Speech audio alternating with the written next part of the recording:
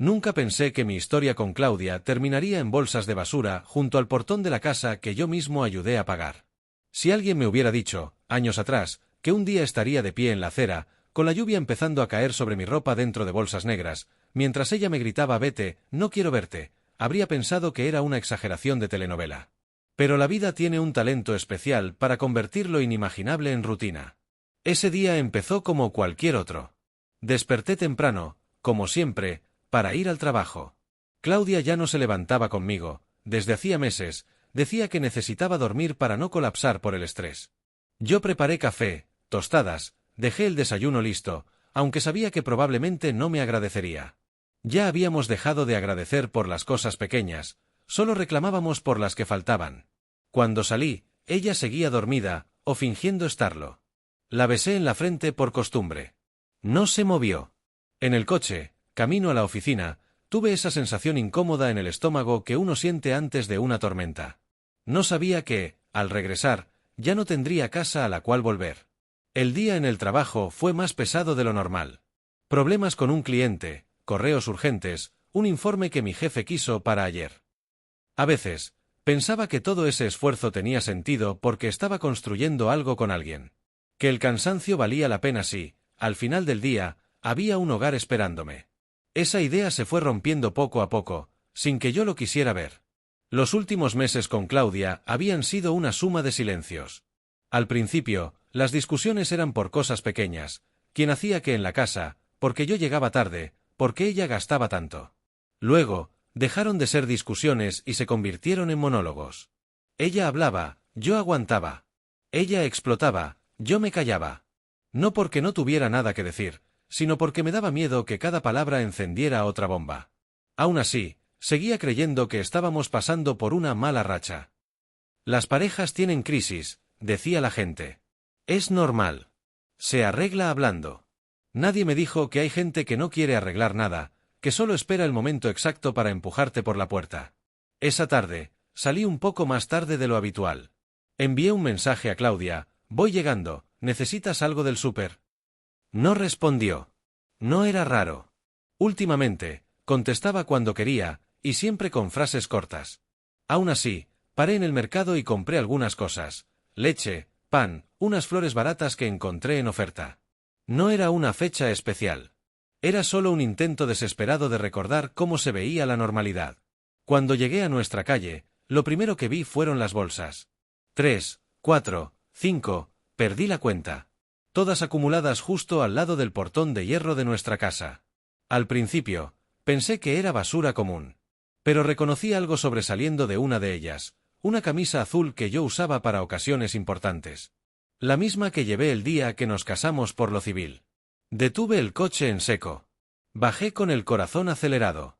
Me acerqué a las bolsas, tiré de la camisa y, debajo de ella, vi pantalones, zapatos, un libro que tenía desde la adolescencia, mi afeitadora, una caja con mis documentos viejos. Mi vida empaquetada como desecho.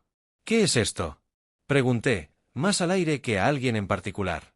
Entonces escuché el sonido del portón abriéndose. Claudia estaba en el umbral, con los brazos cruzados y una expresión que no le había visto nunca, fría, satisfecha, casi aliviada. Llevaba ropa cómoda de casa, pero maquillaje perfecto. Eso me llamó la atención. No se maquilla uno para sacar basura. Es tu equipaje, dijo, sin rodeos. Te lo puse ahí para que no tengas que entrar. ¿Cómo que mi equipaje? Balbuceé. Claudia, ¿qué estás haciendo? Lo que debería haber hecho hace mucho tiempo, respondió. Echarte de la casa. Sentí como se me cerraba la garganta. Miré las bolsas, luego a ella. Busqué alguna señal de duda en su rostro, alguna grieta en esa máscara de certeza. No la encontré. Si quieres hablar, entramos y hablamos, dije, intentando mantener la calma. Pero esto, no hay nada que hablar, me cortó. Vete. No quiero verte. Las palabras fueron un golpe seco. A mi alrededor, algunas cortinas de las casas vecinas se movieron apenas. Sabía que alguien nos observaba, disfrutando del espectáculo silencioso. Nadie saldría a decir nada. Nadie jamás sale. Claudia, esta también es mi casa, intenté. La compramos juntos. Ella soltó una risa breve, amarga. El texto fluye mejor directamente del párrafo 19 al 21, ya que este párrafo interrumpe la continuidad sin aportar contenido narrativo relevante. La compramos con dinero de ambos, no lo olvides, dijo. Aunque mi padre ayudó con el enganche, las cuotas mensuales las pagamos juntos. Ahí supe que había algo más. Su mención del dinero de su padre y ese tono de seguridad absoluta me hicieron verlo claro. Nadie expulsa a alguien de esa manera sin tener algún documento o respaldo que cree que le da la razón. No voy a discutir en la calle, respondí, sintiendo el calor subir a mi cara. Déjame pasar. No, repitió, con la misma firmeza de antes. No vas a volver a entrar aquí. Lleva tus cosas. Vete a donde quieras. La primera gota de lluvia cayó sobre mi mejilla derecha. Por un segundo, no supe si era agua o lágrima. Subí la mirada al cielo, las nubes se cerraban rápido. Esa imagen se me quedaría para siempre, yo, de pie junto a mis bolsas, el portón detrás de ella, la casa oscura a mis espaldas, como si ya no me perteneciera. Quise gritar, empujar el portón, exigir mis derechos. Quise decirle que allí tenía mi cama, mis recuerdos, mis facturas pagadas. Pero algo dentro de mí se detuvo. Una voz fría, diferente, dijo, no discutas aquí. No ahora. No donde ellos tienen el control. Respiré hondo. Solté las flores que aún tenía en la mano, cayeron al suelo, se mancharon de barro. Está bien, dije, al fin. Me voy. La sorpresa cruzó su rostro por un segundo. Esperaba una escena, un escándalo, una súplica. Yo solo me agaché, tomé una de las bolsas y la metí en el coche. Luego otra, y otra, hasta que todo lo que ella había decidido sacar de la casa estuvo dentro. Cerré el maletero con calma, como si estuviera trasladando cajas a un depósito. Antes de subir al coche, la miré una última vez. Nos veremos, dije. Pero no aquí. No sabía aún dónde sería ese nos veremos. No sabía que, 3 días después, sería frente a un juez, con ella llorando y yo con una carpeta en la mano. Pero en ese momento, mientras la lluvia empezaba a caer con fuerza y el portón se cerraba con un golpe metálico, entendí algo, la calle no era el lugar para pelear. El barro no era el lugar para defenderme. Ese lugar adecuado tenía paredes blancas, una bandera en el fondo, y la certeza de que la justicia, tarde o temprano, encontraría su camino. Los siguientes 3 días transcurrieron al ritmo de la cafetera de Hugo. Su apartamento, un espacio que siempre había asociado a partidas de fútbol y risas, se transformó en el cuartel general de una operación para la que no me había preparado. Las bolsas negras, ahora apiladas en un rincón de la sala, eran un recordatorio mudo de que mi vida cabía en menos de 10 bolsas de plástico. Ramírez, el abogado, resultó ser un general meticuloso.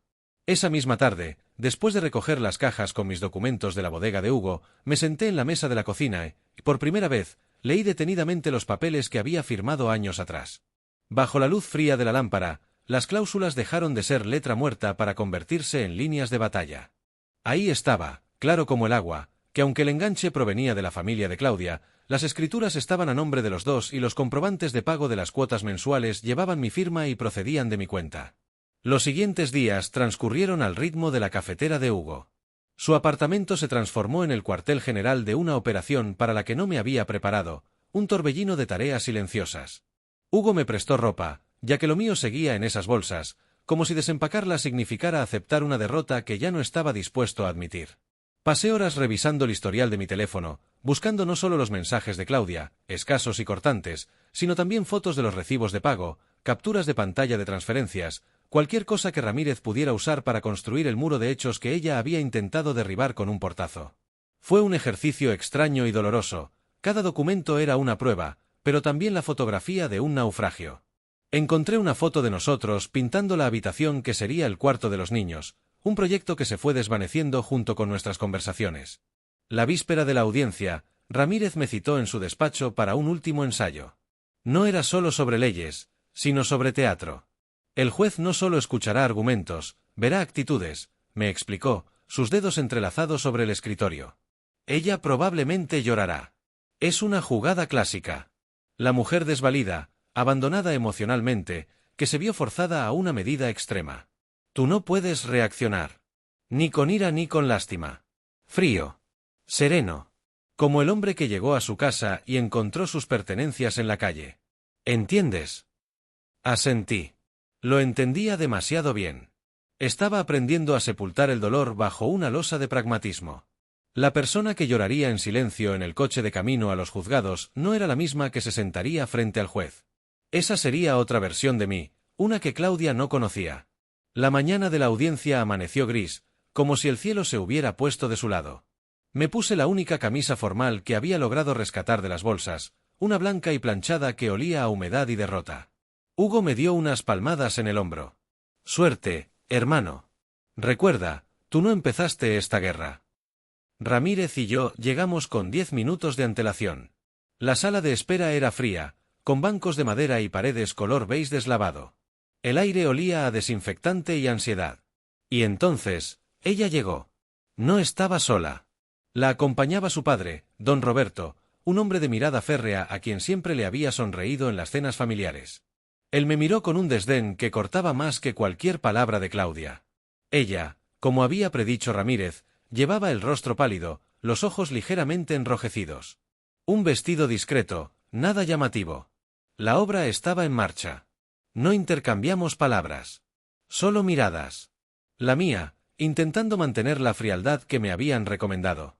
La de ella, un desafío mezclado con una sorpresa apenas contenida, como si no pudiera creer que yo hubiera tenido las agallas de llegar hasta allí. Cuando el ujane nos llamó, entramos. La sala era más pequeña de lo que había imaginado, con una bandera en un rincón y el estrado del juez elevado, como un altar de la ley. El juez, un hombre mayor con gafas y una expresión impasible, hojeó un expediente. Todo fue rápido, formal. Ramírez habló con claridad y precisión, presentando los documentos, describiendo los hechos sin dramatismo, llamando a lo ocurrido por su nombre, un acto de violencia patrimonial y despojo ilegítimo del hogar. Cuando le tocó al abogado de Claudia, un hombre joven y con modales bruscos, la estrategia fue exactamente la que esperábamos. Habló de un ambiente insoportable, de abandono emocional, de una mujer que se vio forzada a tomar una decisión drástica para preservar su salud mental. Claudia bajó la cabeza y un sollozo tembloroso escapó de sus labios. Era convincente. Tan convincente que, por un segundo, una parte de mí, la parte que aún la amaba, quiso creerlo. Pero entonces, el juez me miró a mí. Señor, ¿tiene algo que agregar? Respiré hondo, recordando las palabras de Ramírez.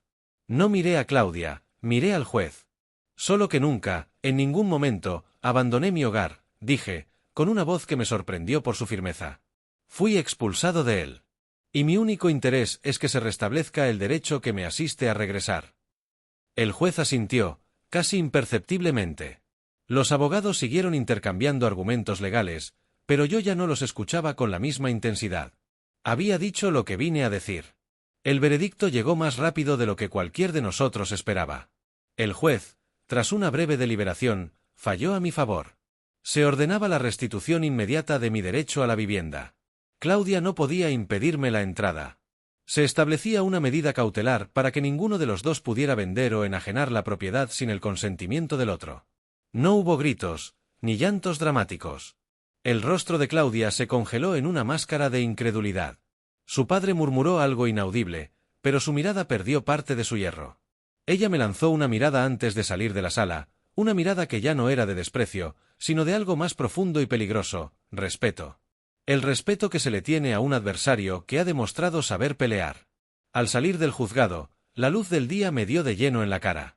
Ramírez me estrechó la mano. Es solo la primera batalla, me advirtió. La guerra por la casa, por los bienes, apenas comienza. Lo sabía. Pero mientras caminaba hacia mi coche, con la copia de la resolución en la mano, no sentí alegría. Sentía el peso frío de una victoria pírrica. Había ganado el derecho a volver a un lugar que ya nunca sería un hogar. La batalla legal había terminado, por ahora. Pero la guerra dentro de mí, la que libraba contra los fantasmas de lo que fuimos, esa apenas comenzaba. Y no había juez en el mundo que pudiera dictar sentencia en ese conflicto. La sensación de victoria que había experimentado frente al juez se disolvió tan pronto como puse un pie en la casa. La orden de restitución estaba en mi bolsillo, un talismán de papel que me abría la puerta que Claudia había cerrado con tanta contundencia. Pero la casa que entré no era el hogar del que me habían expulsado. Era un territorio hostil, un escenario donde cada objeto había sido testigo silencioso de mi humillación. El silencio era lo primero que noté. Un silencio denso, cargado de resentimiento y de la ausencia de todo lo que había dado calor a esas paredes. Claudia no estaba. Había calculado mi regreso y se había esfumado, dejando atrás solo el eco de su presencia en el aire enrarecido. Recorrí las habitaciones con la cautela de un intruso. Todo estaba impecable, ordenado con una precisión que resultaba agresiva. No había rastro de mí en la sala, ni en la cocina. Nuestro dormitorio era el golpe más duro, mi lado de la cama estaba hecho, la mesita de noche vacía, sin mi libro, sin mi lámpara. Era como si hubiera sido borrado meticulosamente, un personaje eliminado de una obra que seguía en marcha sin mí. Abrí el armario. Mi ropa colgaba, pero apretada en una esquina, como si hubiera sido empujada para hacer espacio. Sus vestidos ocupaban el centro con una arrogancia desoladora. Fue entonces cuando lo vi, en la pared, frente a la cama, colgaba un cuadro nuevo. Una pintura abstracta, de líneas duras y colores fríos, que nunca habríamos elegido juntos. Era su declaración de independencia, su forma de marcar el territorio y reescribir nuestra historia común con un solo gesto estético. No pude evitar una risa amarga. La batalla por la casa no sería solo sobre papeles, sería sobre cada centímetro de este espacio, sobre cada recuerdo que ella intentaría reemplazar. Decidí que no dormiría en esa cama. El sofá del estudio, un mueble incómodo que siempre habíamos querido cambiar, se convirtió en mi nuevo fuerte. Deshacer una de las bolsas negras y sacar mi propia ropa de pijama fue un acto de resistencia. Cada gesto, por pequeño que fuera, era reafirmar mi derecho a estar allí, a pesar del ambiente gélido y de la sensación constante de estar violando un espacio que ya no me pertenecía. A la mañana siguiente, el sonido de la llave en la cerradura me despertó. La escuché entrar, moverse por la cocina con la familiaridad de quien nunca ha sido desalojado. Me levanté y nos encontramos en el pasillo. Se detuvo en seco, mirándome con una mezcla de desprecio y algo que pudo haber sido una pizca de miedo. Llevaba un café en la mano, olía la mezcla oscura que siempre detesté. El juez dijo que podía volver, dije, antes de que ella pudiera hablar. No era un saludo, era un recordatorio. Lo sé, respondió, su voz era un hilo de hielo. Pero esto es mi casa. Tú eres un invitado forzoso. No vamos a compartir la cama, no vamos a compartir comidas. Piensa en esto como un hostal de mala muerte. Giró sobre sus talones y se encerró en el dormitorio. El portazo resonó en toda la casa, un eco familiar que ahora marcaba las nuevas reglas del juego. No había gritos, no había lágrimas. Solo una guerra fría doméstica, donde la cocina y el baño se convertirían en campos de batalla y los horarios serían nuestras trincheras. Esa primera semana fue un aprendizaje en tácticas de guerrilla. Ella se levantaba temprano y usaba el baño principal durante 1 hora. Yo aprendí a usar el baño de visitas. Evitaba cualquier gesto de nuestra vieja vida, como prepararle el desayuno, y encontraba señales pasivo-agresivas por toda la casa. Era su forma de decirme que mi presencia no era bienvenida.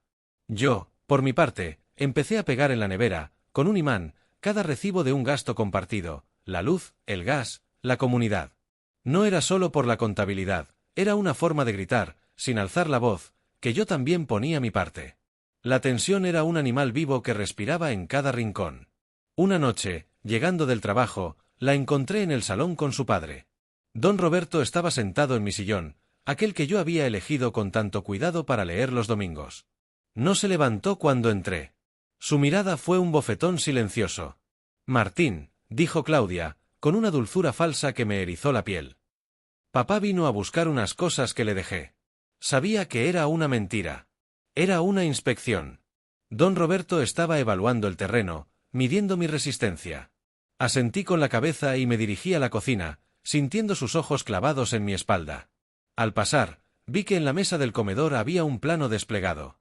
No pude ver los detalles, pero el título, en grandes letras, decía, Proyecto de Reforma Integral. El corazón me dio un vuelco. No era solo una pintura, era un plan para demoler simbólicamente cada rastro de mí. Esa noche, en mi sofacama, supe con certeza que la orden del juez era solo el permiso para pelear. La verdadera guerra, la guerra por el alma de la casa, por los espacios y los significados, acababa de declararse. Y esta vez, no había abogado que pudiera mediar en las trincheras de nuestro hogar convertido en campo de minas. El silencio que siguió a la partida de don Roberto era más denso que el habitual, cargado de su advertencia no dicha. Mi sospecha se confirmaba, no se trataba de cambios estéticos, sino de una reconfiguración total que borraría todo rastro mío. El plano seguía allí, desplegado con una arrogancia temeraria. No era un simple boceto, era un proyecto profesional, con cotas, detalles técnicos y un presupuesto adjunto que hizo que me diera un vuelco el corazón. Reforma integral, proyecto de reconfiguración espacial y renovación de instalaciones. Las palabras eran frías, burocráticas, pero su intención era visceral. Vi cómo las paredes que habíamos pintado juntos, un color arena que elegimos tras una larga discusión cariñosa, estaban marcadas para ser derribadas. El suelo de madera que instalamos con tanto esfuerzo, señalado para ser arrancado. Y mi estudio, el cuarto más pequeño de la casa, el único espacio que sentía que aún podía reclamar, estaba designado para convertirse en un walk-in closet. No era solo una renovación. Era una lobotomía arquitectónica. Un intento sistemático de borrar no solo mi presencia, sino la memoria misma de nuestra vida en común. Cada línea del plano era un desprecio hacia nuestro pasado compartido. Sentí una ira fría, no la rabia caliente de las discusiones pasadas, sino una determinación serena y gélida. Ella no solo quería el espacio, quería la narrativa. Y este plano era su primer borrador. En lugar de arrugarlo o romperlo en 1000 pedazos, lo que realmente deseaba, saqué mi teléfono y fotografié cada una de las páginas.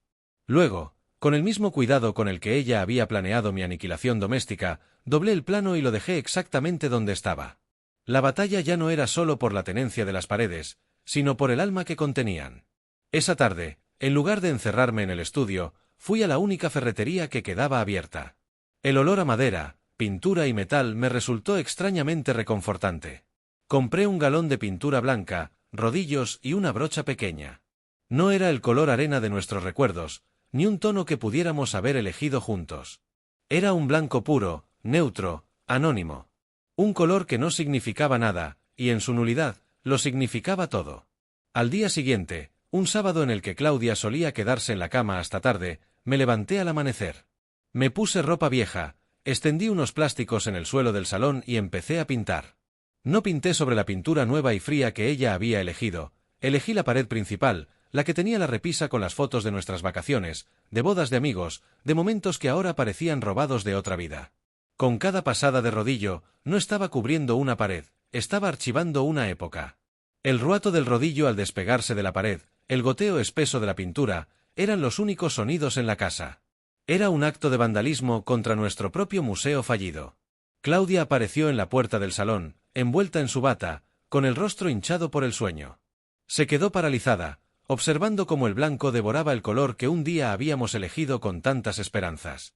Su expresión no fue de ira, sino de una conmoción profunda, como si acabara de presenciar una profanación. «¿Qué estás haciendo?», preguntó, y su voz era solo un susurro ronco. «Pintando», respondí, sin dejar de mover el rodillo. No me volví a mirarla. «Es mi casa también. Creo que necesita un cambio». «Esa pared», empezó a decir, pero se interrumpió. Supo que mencionar las fotos, los recuerdos, sería concederme una victoria emocional que ya no estaba dispuesta a regalar. Permaneció allí un minuto más, observando en silencio cómo el blanco se comía los últimos vestigios de nuestra complicidad. Luego, se dio la vuelta y se fue. No hubo portazo, ni reproche. Solo el sonido de sus pasos alejándose por el pasillo. Era un reconocimiento tácito, las reglas habían cambiado de nuevo. Si ella podía planear mi desaparición con un arquitecto, yo podía ejecutar el entierro de nuestros recuerdos con un rodillo. Con el paso de los días, el portón de la casa se cerró a mis espaldas con un clic suave, y esa noche, el olor a pintura fresca impregnaba toda la casa, un aroma agrio y nuevo que ahogaba cualquier otro fantasma olfativo. Era nuestro nuevo olor a hogar, el de la renovación forzosa, el de la guerra de desgaste. Me acosté en el sofá del estudio, escuchando el crujido de la pintura secándose, y supe que ya no estábamos luchando por el pasado. Estábamos compitiendo por el futuro, por el derecho a definir qué vendría después en esas paredes que, a pesar de todo, seguían siendo testigos mudos de nuestra lenta y meticulosa destrucción mutua. El portón de la casa se cerró a mis espaldas con un clic suave, el sonido más civilizado que había escuchado en semanas. Claudia desapareció en el interior sin una palabra más, y yo me quedé en el recibidor, respirando el aire quieto de la tregua. El cuarto de invitados, un espacio que siempre habíamos tratado con la impersonalidad de un hotel, se convirtió en mi celda y mi santuario. Colgué mi ropa en el armario vacío, metódicamente, como si cada camisa doblada fuera un ladrillo en un nuevo muro. Al día siguiente, el sonido del taladro me despertó al amanecer. Un ruido agudo y persistente que taladraba no solo la pared, sino mis sienes. Salí del cuarto y encontré a Claudia en el salón, con overol y mascarilla, instalando unos soportes en la pared que yo había pintado de blanco. Sobre el suelo, protegido por un plástico, descansaba una enorme televisión de pantalla plana, la antítesis del pequeño televisor que compartíamos y que preferíamos apagar para hablar. «Buenos días», dije, con una voz aún ronca por el sueño. Ella bajó el taladro. El silencio fue repentino y doloroso. «Necesitaba un cambio», declaró, desafiante, como si retomara la conversación que el juez había interrumpido. «Se nota», respondí, observando el aparato. «Es enorme. El mundo es enorme, Martín. Uno se cansa de mirar siempre la misma pantalla pequeña. No era solo un electrodoméstico. Era otra declaración, otra capa de pintura sobre nuestro pasado común. Decidí no darle la satisfacción de una discusión. En la cocina, preparé café en la cafetera de émbolo, la que siempre le pareció lenta y anticuada. El aroma, denso y terroso, luchó brevemente contra el olor a polvo y plástico nuevo. La semana se desarrolló como un ajedrez mudo. Yo llegaba del trabajo y encontraba algún cambio sutil, un cojín desplazado, una lámpara reemplazada por otra de diseño más agresivo, un cuadro torcido.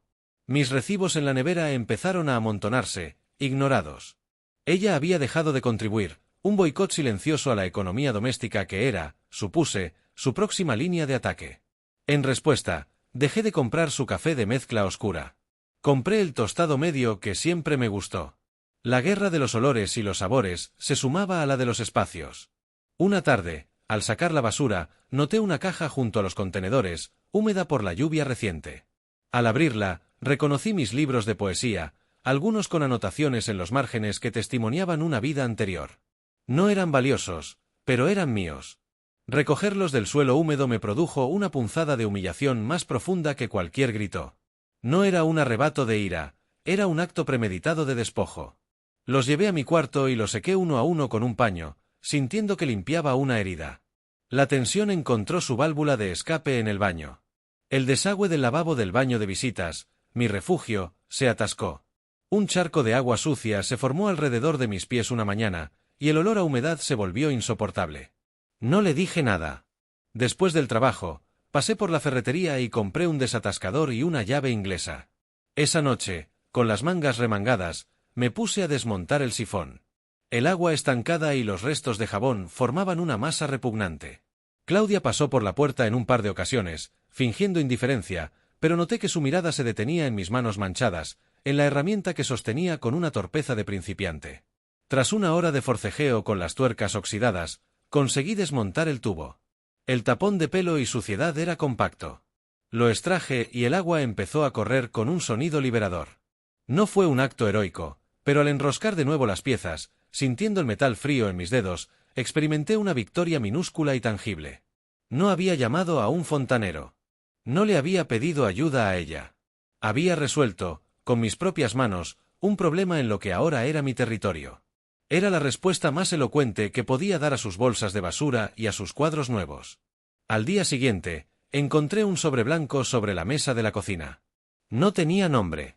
Dentro, había una hoja con una lista escueta de números. Era su parte de los gastos de los últimos 2 meses. No había un cheque, ni dinero en efectivo.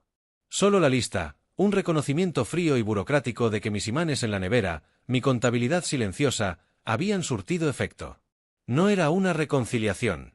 Era otra jugada en el tablero. La guerra continuaba, pero las reglas se estaban volviendo más complejas, más civiles y de algún modo, más despiadadas.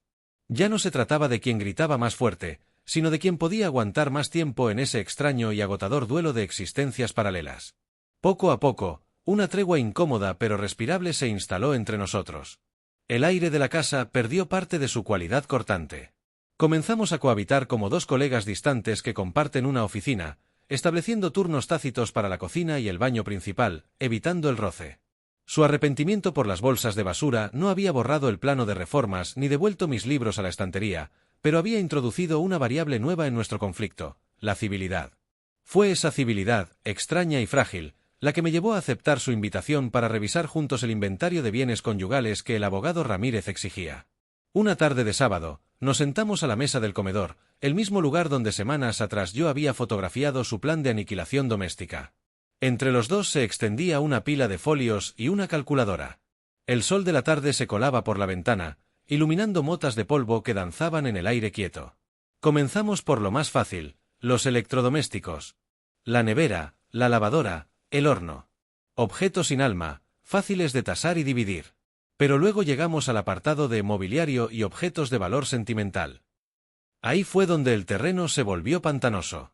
El sofá, leyó Claudia en voz baja, marcando con el dedo la lista. Es tuyo, dije con rapidez, recordando su comentario de la otra noche. Lo elegiste tú principalmente. Yo solo asentí. Ella negó con la cabeza, sin mirarme. No. Es de los dos. Lo pagamos a medias. Lo justo es venderlo y repartirnos el dinero. Su tono era práctico, de abogada que defiende a un cliente que era su propio pasado. Y así seguimos, trazando líneas invisibles a través de nuestra vida compartida. La vajilla que heredó de su abuela, para ella. La colección de vinilos que atesoraba desde la universidad, para mí. Cada objeto era una mini batraja, una pequeña renuncia o una pequeña victoria. Hasta que llegamos a la lámpara del comedor. Era una pieza de cristal soplado, con formas orgánicas que proyectaban sombras danzantes en las paredes al anochecer. La compramos en un viaje a Tlaquepaque, en un día de mercado vibrante y calor pegajoso. Recordé el esfuerzo por empacarla para el avión, como la habíamos protegido entre nuestra ropa, riéndonos de nuestra propia paranoia. Claudia dejó la palabra suspendida. Su mirada, perdida en la curva del cristal, era blanda por primera vez en meses. La recuerdo, musité, y el recuerdo me golpeó con una intensidad inesperada, no la discusión por el precio, sino la sensación de su mano en la mía mientras regateábamos con el vendedor, un viejo de sonrisa picarona. Fue un buen día, susurró ella, como si leyera mi pensamiento. El silencio que cayó sobre nosotros no era incómodo, sino denso, cargado de la fantasma presencia de esas dos personas que fuimos. Durante un instante, no éramos dos adversarios negociando un botín, éramos dos arqueólogos desenterrando los restos de una civilización extinta. Quédatela tú, dije, rompiendo el hechizo. Mi voz sonó más áspera de lo que pretendía. No, respondió ella, sacudiendo la cabeza con brusquedad, como si despertara de un sueño. No sería justo. Vendámosla. La frialdad había regresado a sus ojos, una escarcha deliberada. Comprendí entonces que aquel momento de conexión, aquel destello de memoria compartida, era más peligroso para nuestro nuevo orden que cualquier discusión. Era una grieta en la pared que con tanto esfuerzo estábamos levantando entre nosotros.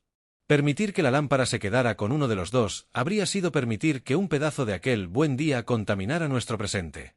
Era mejor destruir la evidencia. Seguimos con la lista, pero la dinámica había cambiado. Ahora éramos implacables, no por rencor, sino por una necesidad desesperada de seguir adelante. Designamos cada objeto para la venta con una cruz de bolígrafo, un acto de sacrificio ritual. Cada cruz era un clavo en el ataúd de lo que fuimos. Al terminar, la pila de folios estaba llena de anotaciones y números. Claudia recogió sus papeles. Ramírez tendrá lo que necesita, dijo, y se levantó. Asentí, sintiendo un cansancio que iba más allá de lo físico. No era el agotamiento de la lucha, sino el de la rendición. Habíamos logrado lo imposible, dividir nuestra vida en ítems y valores, pero el proceso nos había vaciado a nosotros también, dejándonos como las habitaciones de la casa, desprovistas de cualquier decoración que recordara al otro. Esa noche, en mi cuarto de invitados, no pude conciliar el sueño. La imagen de la lámpara de Tlaquepaque se repetía en mi mente como un símbolo de todo lo que estábamos dispuestos a sacrificar. Comprendí que la batalla más cruel no era por quedarse con las cosas, sino por aprender a vivir sin los significados que una vez les dimos. La venta de la casa se concretó con una frialdad que me dejó sin aliento. Firmé los papeles finales en la oficina del notario con una mano que apenas sentía propia. El dinero se depositó en mi cuenta, una cifra que debería haber significado una victoria, pero que solo se sentía como cenizas. Compré una maleta nueva, la más barata que encontré, y empaqué lo poco que me pertenecía, la ropa, los libros rescatados de la basura, los vinilos. El resto, los muebles que habíamos condenado a la venta, desaparecieron en un camión de mudanzas con una indiferencia que me dolió más de lo que esperaba. Claudia ya se había mudado a un departamento amueblado que su padre le ayudó a alquilar. La última noche en la casa vacía la pasé solo, durmiendo en el suelo de mi antiguo cuarto de invitados, envuelto en una manta. El eco de mis pasos resonaba en las habitaciones desnudas, un recordatorio fantasmal de los sonidos que alguna vez llenaron esos espacios. Por la mañana, antes de entregar las llaves, recorrí cada cuarto una última vez. No fue un acto de nostalgia, sino de exorcismo. En la pared del salón, donde ella había colgado la enorme televisión, quedaban 4 pequeños agujeros, como heridas de bala en el yeso. Los miré fijamente, intentando evocar la rabia o la tristeza, pero solo encontré un vacío vasto y silencioso.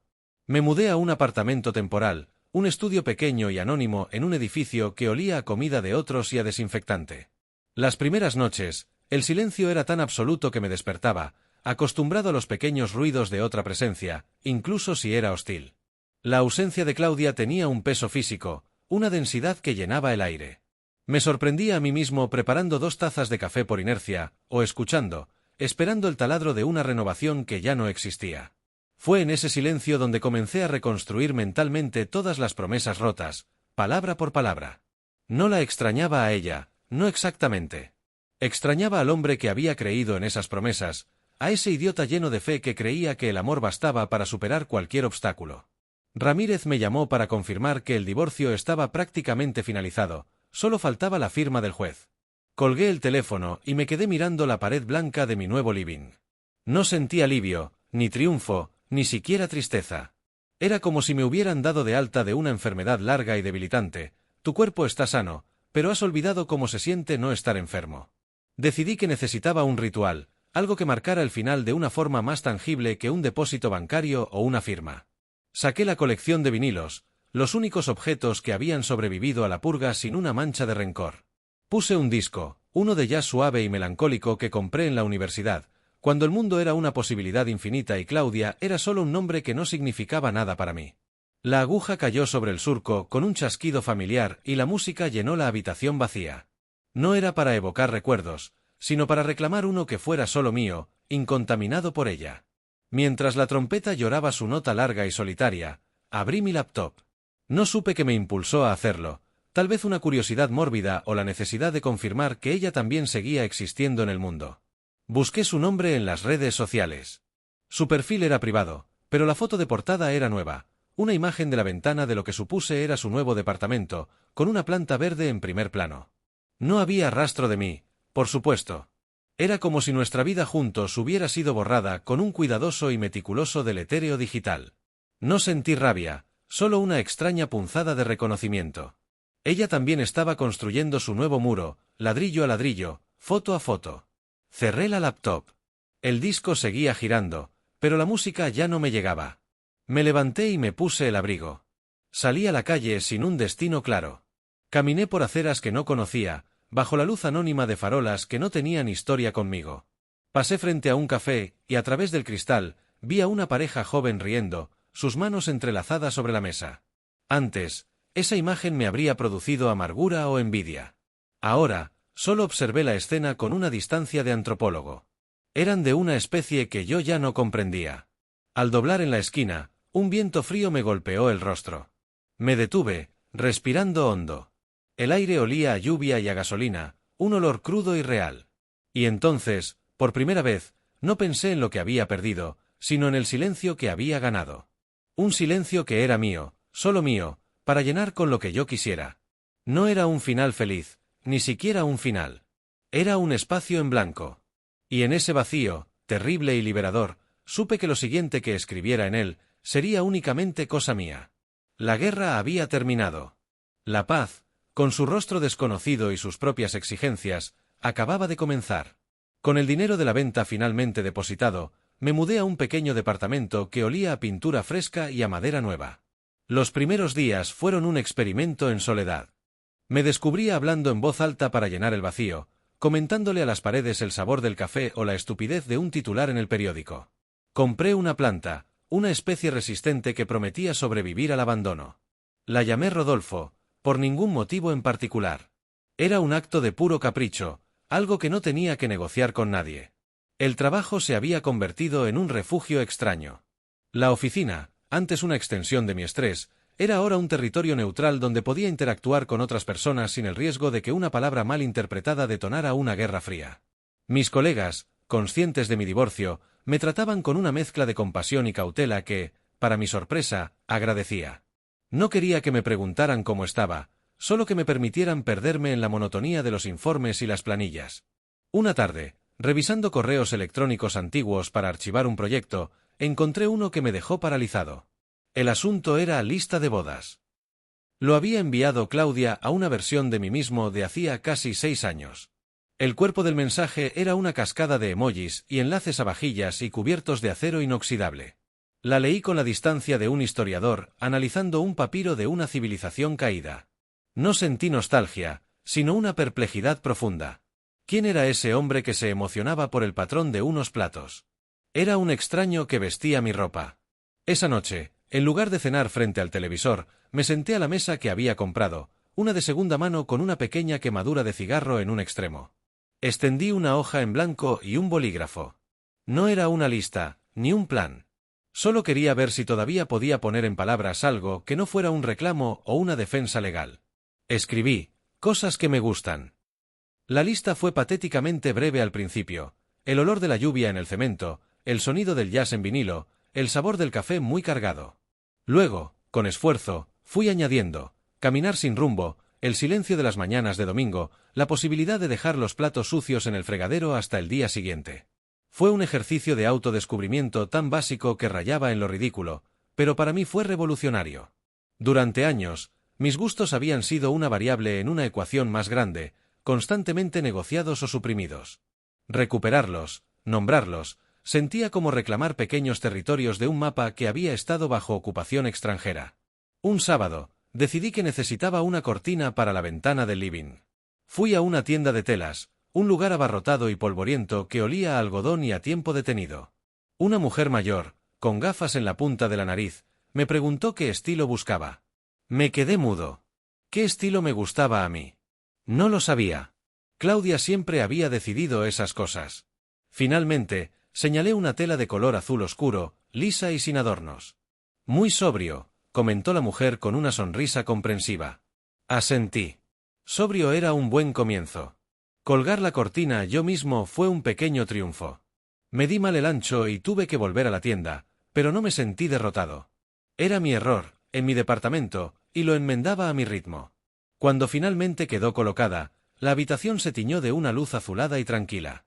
Me senté en el sofá y observé el cambio. El espacio se sentía más mío que nunca. La paz, sin embargo, resultó ser un animal esquivo. No era la ausencia de conflicto, sino la presencia de un silencio tan vasto que a veces resonaba con ecos de lo que ya no estaba. Soñé con Claudia. No eran pesadillas, sino sueños banales y por eso más perturbadores. Ella lavando los platos, yo leyendo el periódico, la normalidad de una vida que ya no existía. Me despertaba con un nudo en el pecho, no de añoranza, sino de desorientación. Mi mente aún no se había acostumbrado a la nueva cartografía de mi realidad. Fue entonces cuando tomé la decisión más drástica desde la mudanza. Saqué mi teléfono y borré el último hilo de conversación con Claudia, ese que contenía los fríos mensajes sobre la logística de la venta y la entrega de llaves. Luego, busqué su número en mis contactos y lo eliminé. No fue un acto de ira, sino de higiene mental. Era como sacar una astilla que se había enquistado. No quería la tentación de escribirle en un momento de debilidad, ni la posibilidad de que su nombre apareciera en mi pantalla como un fantasma digital. Al hacerlo, no sentí un alivio inmediato, sino una especie de vértigo. Era el equivalente emocional a cortar el último cabo que me ataba a la orilla. Ahora estaba completamente a la deriva en mi propio mar de silencio. Pero en ese vértigo, había una semilla de algo que podía ser, con el tiempo, libertad. La batalla legal había terminado, la división de bienes era un hecho consumado, y ahora, en la intimidad de mi pequeño departamento azul, la verdadera guerra, la de reconstruir una identidad desde los cimientos, acababa de declararse. Y por primera vez, el único general en el campo de batalla era yo. La terapia con Adriana se convirtió en una excavación arqueológica de mi propia psique. No solo desenterramos los restos de mi matrimonio, sino también los cimientos sobre los que lo había construido. Una tarde, mientras hablaba de mi infancia y de la figura de mi padre, un hombre cuyo vocabulario emocional se limitaba a un gruñido de aprobación o un silencio desaprobador, me di cuenta de que había estado interpretando un papel escrito para mí décadas atrás. Adriana lo llamó el fantasma en la habitación, esa presencia invisible de expectativas heredadas que dictaba mis movimientos. Desalojar a ese fantasma era más difícil que mudarme de la casa que compartí con Claudia. En una de esas sesiones, el tema de la paternidad emergió, un tema que Claudia y yo habíamos eludido con excusas vagas y un mutuo alivio no declarado. ¿Tú querías ser padre?, preguntó Adriana, su voz neutra como un bisturí. La pregunta me pilló tan desprevenido que la respuesta salió sin el filtro de la autoprotección. Tenía miedo, confesé, mirando mis manos. Miedo a repetir patrones, a ser un padre ausente como el mío, o peor, a traer un niño a un mundo que ya sentía que se desmoronaba entre Claudia y yo. Ahora, me pregunto si fue una decisión o otra forma de claudicar. Esa admisión, cargada de una nueva capa de luto por la vida que no viví, me persiguió durante días. Decidí que necesitaba un proyecto que no fuera introspectivo, algo tangible que opusiera a la introspección constante. La respuesta llegó en forma de la pared más larga de mi estudio. Compré varios litros de pintura de un verde profundo, el color exacto de un bosque al atardecer. Claudia detestaba los colores oscuros en las paredes, decía que deprimían. Pintar se convirtió en un acto físico y subversivo. Con cada brocha, no solo cubría el blanco anónimo del propietario, sino que afirmaba una preferencia que había sido vetada durante años.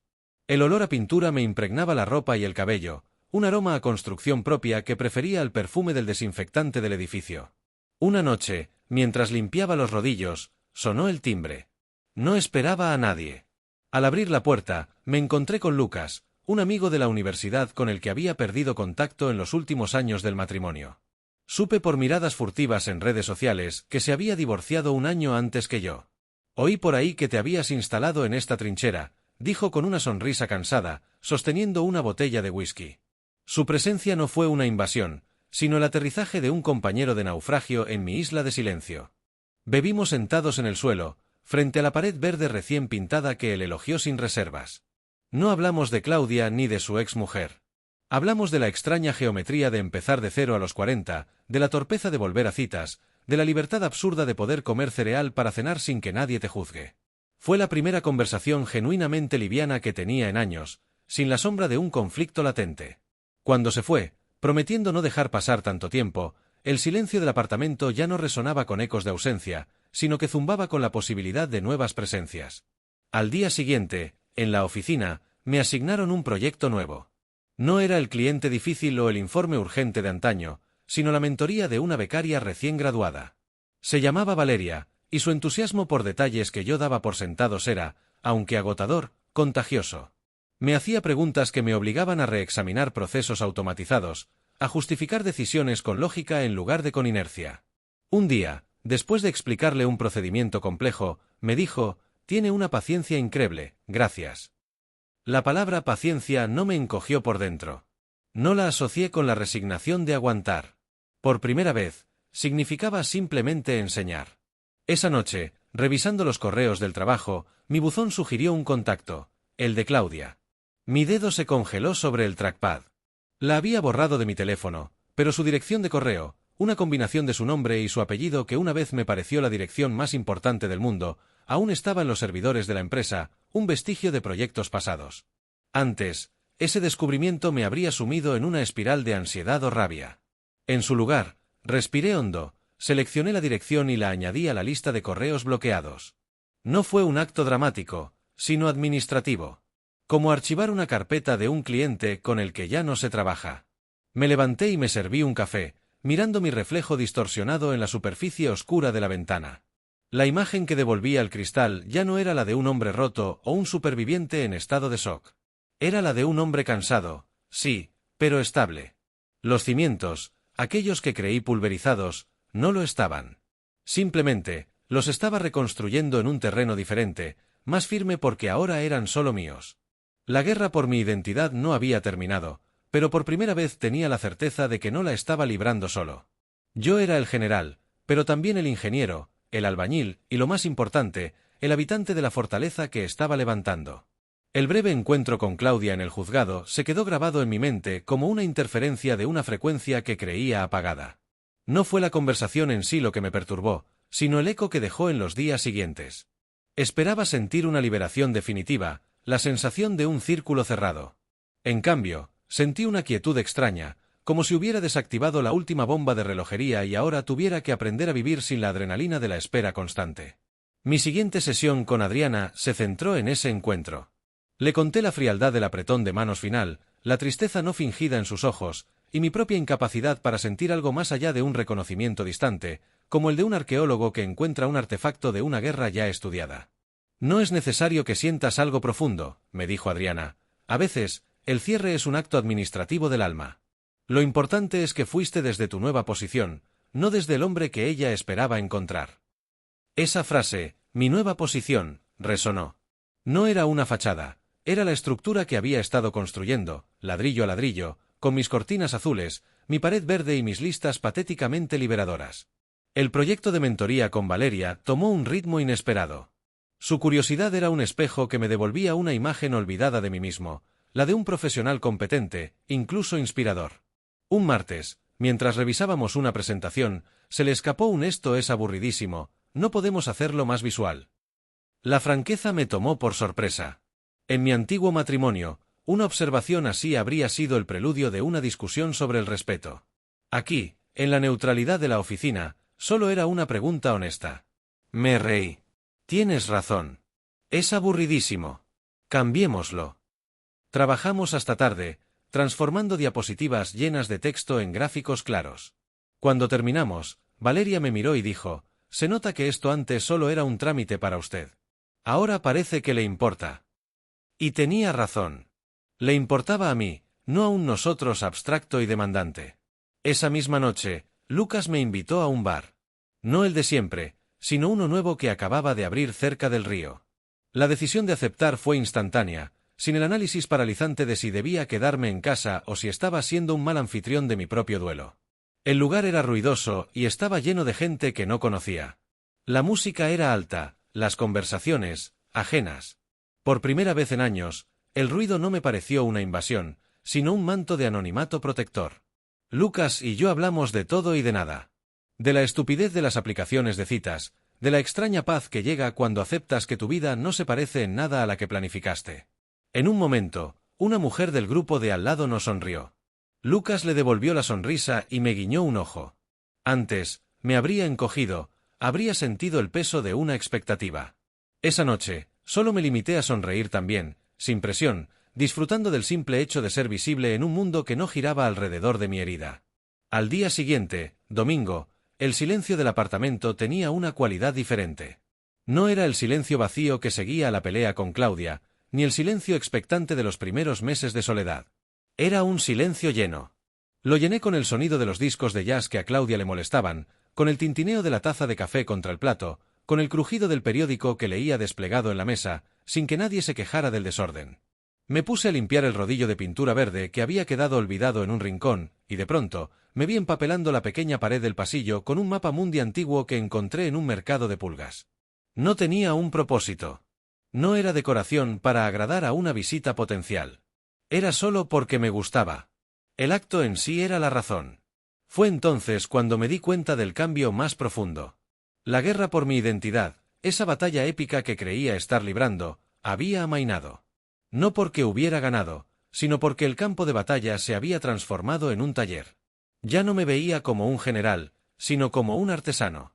Reconstruir no era una hazaña grandiosa, sino una sucesión de gestos pequeños y deliberados: elegir una tela, pintar una pared, bloquear un correo, compartir una cerveza, enseñar a una becaria, colocar un mapa en una pared.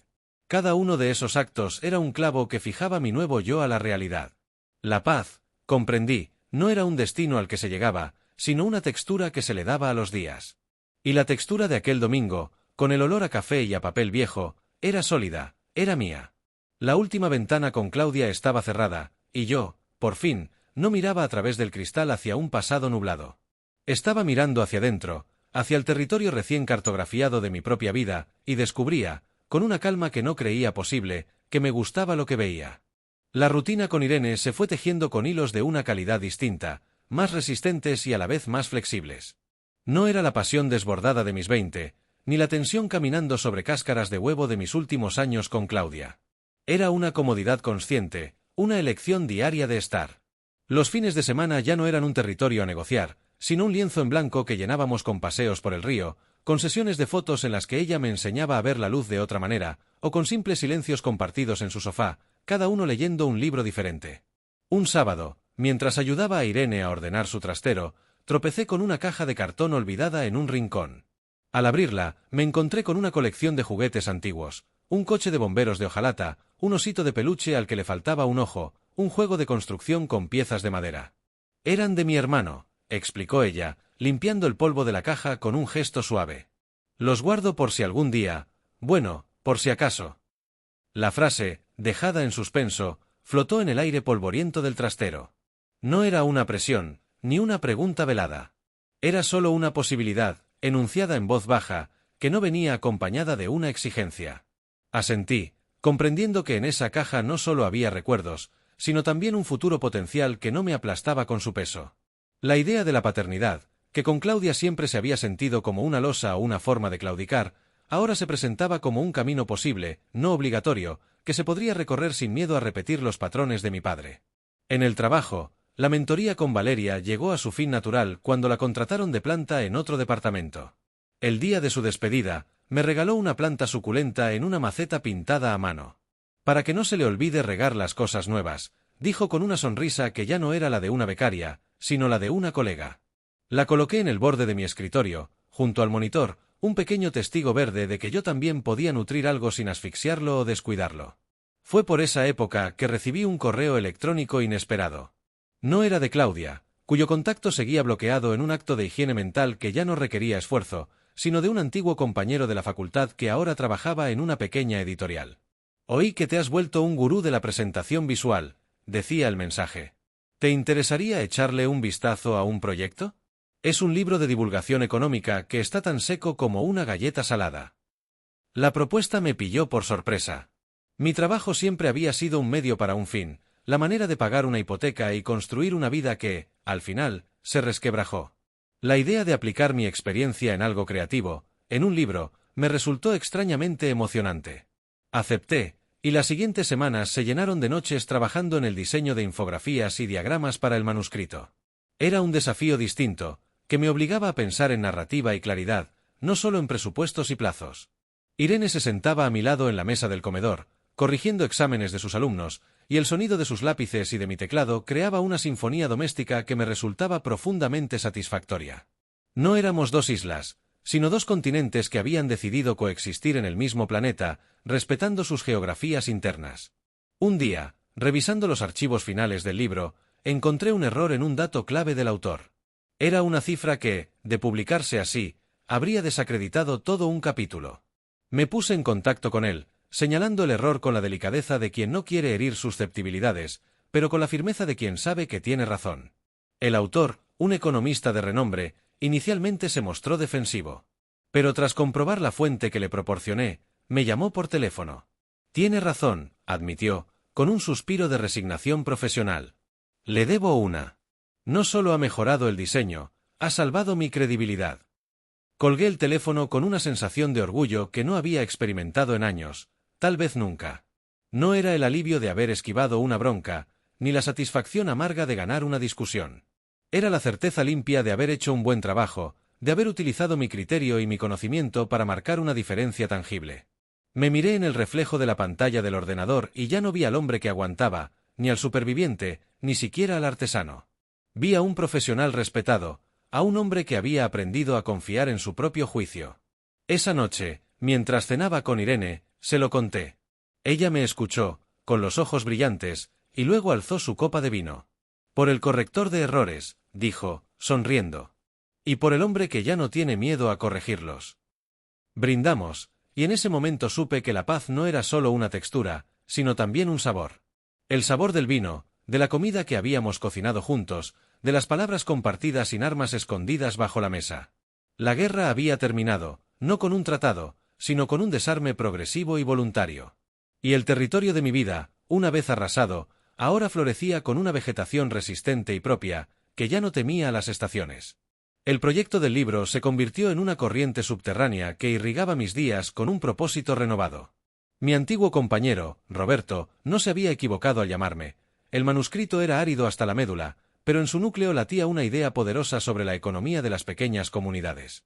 Transformar esos conceptos en imágenes se volvió un rompecabezas delicioso. Pasaba horas investigando iconografías, paletas de colores que evocaran sostenibilidad y no solo ganancias, diagramas de flujo que narraran historias de trueque y apoyo mutuo. Irene se convertía en mi primer filtro. Aquí no entiendo nada, me decía, señalando un borrador con el ceño fruncido, actuando como la lectora cero que yo necesitaba. Su mirada, ajena por completo al mundo corporativo, era el mejor termómetro para medir la claridad de mi trabajo. Fue esa sensación de contribuir a algo más grande que me llevó a una decisión inesperada una mañana de lunes, frente a la pantalla de mi ordenador en la oficina. El informe trimestral que tenía entre manos parecía especialmente vacío, una sucesión de cifras que solo servirían para inflar un gráfico en una presentación que nadie recordaría. Sin meditarlo demasiado, agarré el teléfono y marqué el número de Roberto. Oye, esa oferta que me hiciste de colaborar de forma más estable con la editorial, ¿sigue en pie? La respuesta fue un sí entusiasta. Renunciar a mi trabajo estable fue un acto de fe que, años atrás, me habría parecido una locura irresponsable. Ahora, sin la hipoteca de la casa que ya no era mía y con el colchón de lo obtenido en el arreglo judicial con Claudia, sentía una calma pragmática. No era un salto al vacío, sino un paso firme hacia un terreno que yo mismo había decidido cultivar. Cuando comuniqué mi decisión a mi jefe, no hubo drama, solo una sorpresa educada y una oferta de freelancear para ellos si algún proyecto lo merecía. Era un final limpio, otra ventana que se cerraba sin estridencias. La noticia, sin embargo, no fue recibida con la misma tranquilidad por todos. Mi madre, en nuestra conversación telefónica semanal, guardó un silencio elocuente cuando se lo conté.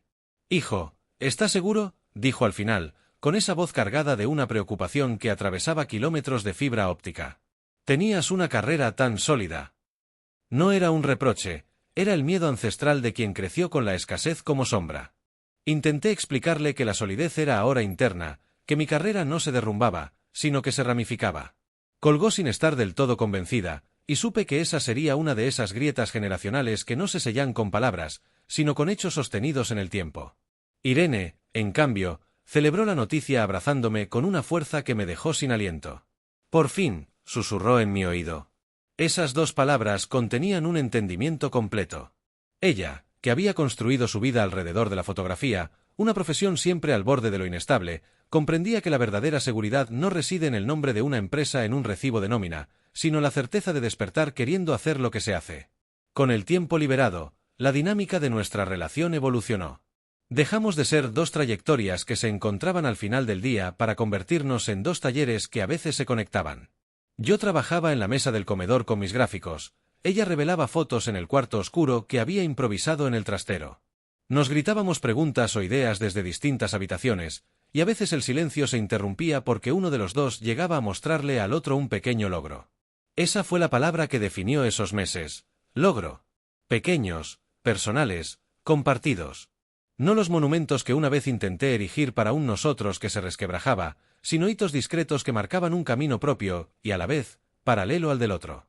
Una tarde, mientras ayudaba a Irene a colgar una serie de sus nuevas fotografías en la pared más larga del pasillo, me detuve a observarlas. Eran retratos de ancianos de un barrio que estaba siendo demolido, sus caras surcadas de arrugas como mapas de vidas enteras, con los edificios en demolición de fondo. Capturar lo que se va sin nostalgia, solo con respeto, me explicó ella. Y de pronto, mirando esas imágenes, entendí mi propio proceso con una claridad abrumadora. Yo también había sido una estructura a punto de ser demolida. Claudia había intentado hacerlo de un solo golpe, con bolsas de basura y portazos. Pero yo, en cambio, me había dedicado a una demolición cuidadosa, ladrillo a ladrillo, para examinar cada pieza, descartar las dañadas y reutilizar las sólidas en una construcción nueva. No se trataba de olvidar lo que fui, sino de honrar lo que podía llegar a ser.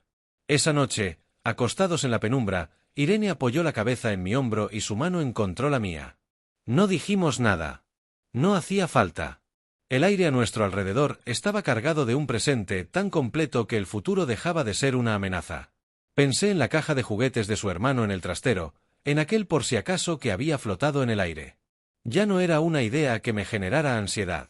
Era solo una de las muchas posibilidades que dormitaban en el mapa de nuestra vida compartida, un territorio que ya no necesitaba ser cartografiado con urgencia, porque habíamos aprendido a habitar el viaje mismo, sin miedo a los caminos que aún no se divisaban. El sábado siguiente, mientras ordenaba mis cosas, recordé la promesa que me había hecho después de la audiencia. La había guardado como un juramento silencioso, pero su significado seguía ocupando un espacio tangible en mi mente. Conservarla no era un anclaje al pasado, sino una brújula para el futuro. Esa misma tarde, mientras Irene salía a comprar materiales para su cuarto oscuro, recibí una llamada que no esperaba. Era el administrador del edificio donde Claudia y yo habíamos vivido. «Señor, disculpe la molestia», dijo con una voz neutra, profesional. «Quedaron algunos documentos a su nombre en la casilla de correos de la comunidad. Llevan aquí meses. La nueva inquilina los encontró y nos pidió que nos contactáramos. ¿Podría pasar a recogerlos?». La noticia me dejó paralizado. No por Claudia, cuyo eco se había desvanecido hasta convertirse en una mancha borrosa, sino por la brusca reaparición física de ese lugar. El administrador me dio un horario para recoger el paquete. Colgué y me senté en el sofá, observando la luz de la tarde filtrarse por la ventana de mi departamento, nuestro departamento. No sentí ansiedad, sino una curiosidad fría. Era la oportunidad perfecta para poner a prueba el significado real de aquellas 2 palabras escritas en la bolsa. Decidí no contárselo a Irene. No por secretismo, sino porque necesitaba enfrentar ese fantasma yo solo, como un ritual de confirmación. Al día siguiente, me desvié de mi ruta habitual y conduje hasta el antiguo vecindario. Aparqué frente al parque desde donde podía ver la fachada del edificio, sin acercarme al portón. No hubo punzadas en el estómago, ni amargura. La casa era solo una estructura de cemento, un contenedor de una vida que ya no era la mía. Verla así, desprovista de toda la carga emocional que yo le había impuesto, fue liberador. El hombre que había estado de pie bajo la lluvia con sus pertenencias amontonadas en bolsas de basura ya no existía. Yo era ahora un espectador, un arqueólogo de mi propia extinción. Cuando el administrador me entregó el sobre, un sobre marrón y anodino, lo abrí allí mismo. Contenía estados de cuenta bancarios antiguos y una póliza de seguro ya vencida. Papeles sin importancia, testimonios mudos de una burocracia doméstica fenecida. Los deposité en la papelera de reciclaje de la entrada, un acto simple y definitivo. No había fantasmas en esos papeles, solo polvo. Al salir, respiré hondo y supe que ese capítulo estaba cerrado no solo en un sentido legal, sino en uno celular. Ya no me pertenecía. Esa certeza se solidificó en los días siguientes, infundiendo una calma nueva en mi trabajo. El proyecto del libro de economía avanzaba, y con Roberto empezamos a hablar de futuras colaboraciones, incluso de la posibilidad de fundar nuestra propia pequeña consultoría de diseño editorial. La idea, que antes me habría parecido una fantasía, ahora se sentía natural, como el siguiente paso lógico en un camino que yo mismo estaba trazando. Una tarde, mientras diseñaba una infografía particularmente compleja sobre ciclos económicos circulares, me di cuenta de que estaba silbando. Un sonido simple, despreocupado, que surgía de un lugar que había estado en silencio durante años. Irene notó el cambio. «Algo pasa», dijo una noche, apoyando la barbilla en mi hombro mientras yo trabajaba en el portátil. «Estás más presente. No es que antes no lo estuvieras, pero es como si una capa de resina se hubiera descascarado». No le hablé del viaje al edificio antiguo, pero sí le hablé de la bolsa. Le conté que la había guardado y por qué. Ella asintió, sin necesidad de más explicaciones. «Los símbolos son necesarios», musitó. «Nos recuerdan de qué barro estamos hechos y que no queremos volver a ser». Un mes después, la editorial organizó una pequeña presentación del libro. Roberto insistió en que yo fuera, no como el diseñador en la sombra, sino como parte esencial del equipo. Me puse una camisa que Irene eligió para la ocasión y me miré al espejo. La imagen me devolvió a un hombre que reconocía sin reservas. En el evento, rodeado de palabras de agradecimiento del autor y del editor, me sentí no como un impostor, sino como un arquitecto que había ayudado a construir un puente entre las ideas complejas y la gente. Un hombre que había corregido un error clave y que ahora veía su trabajo impreso, tangible. Fue allí, entre canapés y copas de vino, donde recibí el segundo llamado inesperado. Esta vez era de mi madre. La llamé de vuelta en un momento de quietud, junto a una ventana que daba a la ciudad iluminada. «Hijo», dijo su voz, pero esta vez el tono era distinto. No había rastro de la preocupación elocuente de la última vez. Estuve hojeando el libro. Roberto, que es un sol, me envió un ejemplar. No entiendo mucho de economía, pero los dibujos, los gráficos, se entiende todo. Hizo una pausa y pude casi verla sonreír a través del teléfono. «Tienes un don. Y tienes razón. La solidez se ve en lo que se construye, no en lo que se aguanta». Colgué con los ojos ligeramente húmedos. Esa grieta generacional, de la que tanto había hablado con Irene, acababa de suturarse con el hilo simple del reconocimiento. No era su aprobación lo que necesitaba, pero su comprensión era un regalo inesperado que cerraba un círculo. Al volver a casa, encontré a Irene dormida en el sofá, con un libro abierto sobre el pecho. La observé un momento, respirando la penumbra, y supe que la paz no era la ausencia de guerra, sino la presencia de un espacio propio, respetado y compartido. La bolsa negra con su nunca más estaba guardada en su caja, pero su mensaje ya no era un grito de resistencia, sino el cimiento silencioso sobre el que había empezado a construir una vida que, por primera vez, sentía irrevocablemente mía. No por lo que tenía, sino por lo que yo había decidido ser dentro de ella. El tiempo siguió avanzando con una fluidez que antes me hubiera parecido imposible. En una de esas reuniones distendidas con amigos, donde el vino y la confianza aflojan las lenguas, surgió el tema de las rupturas. Las historias volaban por la mesa como cometas rotas, maletas arrojadas por la ventana, gritos en plena acera, guerras de desprecios en redes sociales. Era un espectáculo de dolor ajeno que todos parecían disfrutar, hasta que el foco se volvía hacia mí. ¿Y tú, cómo fue tu cataclismo?, preguntaban con una curiosidad teñida de morbo. Elegía mis palabras con el cuidado de un joyero. No siempre hablaba del juez de mirada cansada, de la frialdad de la demanda, ni del nudo de lágrimas y orgullo que me atenazó en aquella sala. A veces, la esencia cabía en dos frases. Un día, me echaron de mi propia casa. 3 días después, la ley me dijo que yo también tenía derecho a estar allí. Si alguien insistía, buscando el jugo dramático del desamor, cortaba de raíz. Mi historia ya no era un producto de consumo. No me avergonzaba de ella, pero había dejado de ser un arma o un espectáculo para convertirse en un archivo personal, del que solo extraía lecciones cuando valía la pena. Prefería hablar de lo aprendido en la trinchera de los papeles notariales y las miradas frías, la importancia vital de entender cada línea que firmas, de no permitir que el patrimonio familiar de tu pareja se convierta en un muro que te separe de tus propias decisiones, de la necesidad de plantar bandera en tu territorio emocional y legal desde el primer día. No cuando ya te encuentran durmiendo en el sofá de un amigo. Una tarde, después de una de esas reuniones, un amigo que atravesaba las aguas turbias de un divorcio particularmente amargo me tomó del brazo y me llevó a un rincón de la terraza. El aire fresco de la noche contrastaba con el calor de su confesión. «Me diste valor», me dijo, y su voz era un hilo tenso de emoción contenida. «Si no hubiera visto lo que hiciste, la dignidad con la que peleaste por lo que era tuyo, seguiría durmiendo en el coche por miedo a parecer un codicioso, por el pánico a reclamar lo que me corresponde». Sus palabras me impactaron con una fuerza para la que no estaba preparado. Más que cualquier sesión de terapia, más que cualquier palabra de consuelo de Irene, esa revelación le otorgó a todo el sufrimiento pasado un sentido nuevo y poderoso. Mi dolor no había sido en vano, se había transformado en un faro para alguien que navegaba en la misma oscuridad. Esa idea, la de que mi experiencia podía ser una herramienta para otros, comenzó a germinar en mí de una manera silenciosa pero persistente. Comencé a escribir, no un diario de rencor, sino una suerte de guía práctica. Anotaba en un documento digital los errores que había cometido, las trampas legales que había logrado esquivar, la importancia de guardar recibos, de tener tu nombre en los contratos, de no dar por sentado que el amor todo lo perdona, incluso la desaparición de tus derechos. No lo hacía con la intención de publicarlo, sino como un acto de exorcismo final. Era la materialización de aquel nunca más, no como un grito, sino como un manual de instrucciones para sobrevivir al naufragio. Irene encontró el archivo abierto en mi portátil una tarde. No lo cerré apresuradamente. Ella leyó en silencio durante unos minutos, su dedo deslizándose por la pantalla. Cuando alzó la mirada, no había lástima en sus ojos, sino un respeto profundo.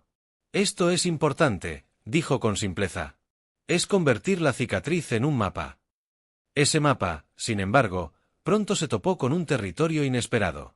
Fue mi madre quien, en una de nuestras llamadas, me habló de la prima de una amiga, una mujer joven atrapada en una situación que sonaba dolorosamente familiar, un marido controlador, bien posicionado, que había ido aislando de todo, incluso de la percepción de sus propios derechos. Mi madre, con una delicadeza que me sorprendió, le había hablado de mí. No le di detalles, hijo, solo le dije que conocía a alguien que había sabido pararse firme. Días después, recibí un correo electrónico. La dirección era anónima, el mensaje, breve y desesperado. «Disculpe que lo moleste. No sé a quién más recurrir. Su madre me dio este contacto. Mi marido me dice que si me voy, no me llevo nada. ¿Es eso cierto?» Mi sangre se enfrió. No era mi historia repetida, era un eco siniestro de sus primeros compases. Ya no era el espectador de mi propio pasado, ni el autor de un manual teórico. Me había convertido, sin buscarlo, en un consejero para una desconocida cuyo miedo podía palparse a través de la pantalla. Respondí, midiendo cada palabra, aconsejándole que buscara asesoría legal inmediata, dándole los nombres de 2 abogadas especializadas que una amiga me había recomendado tiempo atrás. No le conté mi historia, solo le ofrecí herramientas. Era todo lo que yo había necesitado en su momento y que no tuve. Colgué el teléfono después de enviar el correo y me quedé mirando la ciudad a través de la ventana. La paz que tanto me había costado construir ya no era una isla privada. Había abierto sus puertas sin querer, y el mundo exterior, con sus dramas e injusticias, había entrado en forma de un correo electrónico anónimo. Irene se acercó y, sin preguntar, apoyó su mano en mi espalda. Su contacto era un ancla en la nueva y extraña corriente en la que me encontraba. Mi historia con Claudia, que creía enterrada bajo capas de nuevo amor y logros personales, había resucitado, pero no como un fantasma, sino como una linterna. Y ahora, la pregunta que flotaba en el aire era quién más podría alumbrar. El correo de aquella mujer anónima se convirtió en una presencia silenciosa en mi vida, un recordatorio de que mi pasado no era un archivo muerto, sino un arsenal de herramientas vivas. Durante los días siguientes, nuestra comunicación fue esporádica y cuidadosa. Ella, agradecida pero aterrada, me enviaba breves actualizaciones. Había concertado una cita con una de las abogadas, había empezado a recopilar documentos en secreto, había encontrado un viejo diario donde anotaba comentarios denigrantes de su marido. Yo le respondía con frases cortas de aliento, recordándole su valor, asegurándole que la ley no era el monstruo abstracto que su esposo pintaba, sino un conjunto de reglas que podían, y debían, protegerla. No era su amigo, ni su terapeuta, era un extraño que le tendía un mapa de un infierno que yo ya había atravesado. Irene observaba el proceso con una mezcla de preocupación y admiración. «Te está costando sueño», dijo una noche, viéndome revisar el teléfono por enésima vez antes de apagar la luz.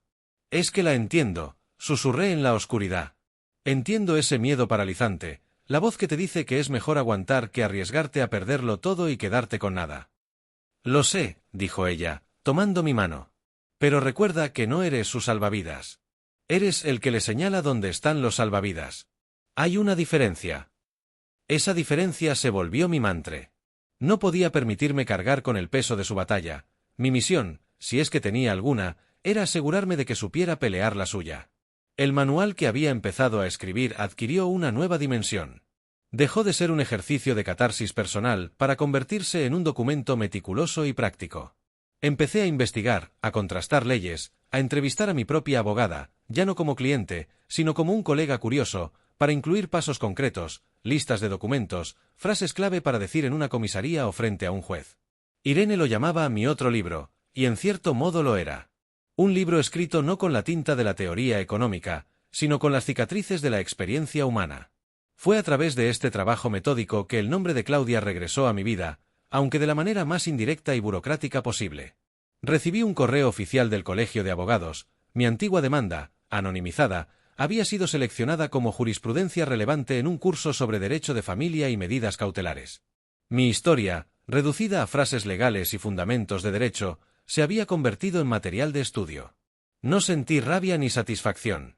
Sentí una extraña paz. Mi dolor había sido procesado, digerido por la maquinaria de la justicia, y ahora servía para educar a quienes tendrían que guiar a otras personas en situaciones similares. Era la máxima sublimación de lo personal en lo colectivo. Una tarde, mientras trabajaba en el manuscrito, sonó el teléfono. Era Roberto. Su voz, normalmente llena de proyectos y entusiasmo, sonaba grave. «Necesito un favor», dijo, sin los preámbulos habituales. «Es sobre mi sobrina, Laura». El corazón me dio un vuelco. Roberto era mi roca profesional, el único que nunca había indagado en los detalles sórdidos de mi divorcio, limitándose a ofrecer su apoyo silente y constante. Ahora, era el quien cruzaba esa línea. «Cuenta», dije, cerrando la laptop. La historia que me relató era un eco distorsionado de la mía, pero con los roles cambiados. Laura, su sobrina, había echado de su casa a su pareja después de una discusión feroz. Ella era la propietaria del piso, y había actuado impulsivamente, creyendo tener todo el derecho. Ahora, el expareja, desesperado y humillado, la estaba demandando. Roberto no pedía que tomara partido, pedía perspectiva. «Ella no lo entiende», explicó Roberto, con un cansancio que traspasaba la línea. Cree que por ser su casa puede hacer lo que quiera. Yo le he hablado de ti, de tu caso. Y pensé que, si alguien podía hacerla ver la otra cara de la moneda, ese eras tú. Quedé en silencio.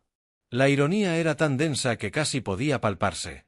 Me pedía que abogara, no por la persona que había sido echada, sino por la que comprendía el marco legal que protegía a quien era echado. No se trataba de quien tenía la razón en la pelea, sino de que nadie tiene el derecho de dejar a otro en la calle. No puedo hablar con ella como lo hago con la mujer del correo, aclaré. Pero puedo explicarte los principios legales. Puedo contarte lo que se siente al otro lado. Y tú, como su tío, puedes decidir cómo usas esa información. La conversación duró casi una hora. Le hablé de la medida de protección, del derecho a la vivienda, de la diferencia entre ser el propietario y violar los derechos de convivencia de la pareja. Le conté, sin patetismo, la humillación de las bolsas de basura, no para culpar a Claudia, sino para ilustrar el daño concreto que ese acto causa. Le dije que la ley, a veces, debe proteger a las personas de sus propios impulsos más mezquinos. Cuando colgó, me sentí exhausto. Irene me trajo una taza de té y se sentó a mi lado en el sofá. El universo tiene un sentido del humor muy extraño, comentó, leyendo mi expresión. No es humor, reflexioné, tomando la taza caliente entre mis manos. Es ecología. Nada se pierde, todo se transforma. Incluido el dolor. Ahora soy un recurso, un puente entre dos orillas de la misma herida. Miré por la ventana. La ciudad seguía allí, indiferente. Pero yo ya no era el mismo. Había cerrado el círculo con Claudia al devolverme a mí mismo la llave de mi propia dignidad. Ahora, ese acto de clausura me había abierto una puerta diferente, una que daba a un paisaje más amplio y complejo. No era un sanador, ni un gurú. Era, simplemente, un hombre que había aprendido a navegar en la tormenta y que ahora, sin proponérselo, señalaba los arrecifes ocultos para que otros no naufragaran. Y en esa tarea, silenciosa y anónima, encontré un nuevo tipo de solidez, una que no se basaba en lo que aguantaba, sino en lo que era capaz de dar.